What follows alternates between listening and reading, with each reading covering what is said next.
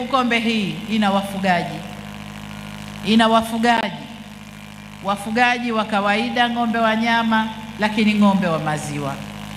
Tunachojipanga serikali yenu wana Bukombe, mbali na kuongeza nguvu kwenye sekta ya mifugo kwa ujumla, kutoa ruzuku ya chanjo, kujenga majosho, kukarabati minada na kujenga minada mipya, lakini pia kujenga machinjio, tumeamua sasa tuingie kwenye ng'ombe wa maziwa, tuinyanyue sekta ya biashara ya maziwa.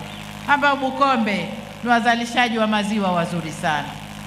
Tunakwenda kunyanyua sekta ya maziwa, lakini pia kuweka viwanda vitakavyochakata maziwa ili maziwa yawe bidhaa na wafugaji wale waweze kuuza bidhaa, fedha ingie mfukoni, maisha yaendelee. Hiyo ndiyo kazi na utu. Kazi na utu. Hivyo ndivyo tunavyofanya kazi.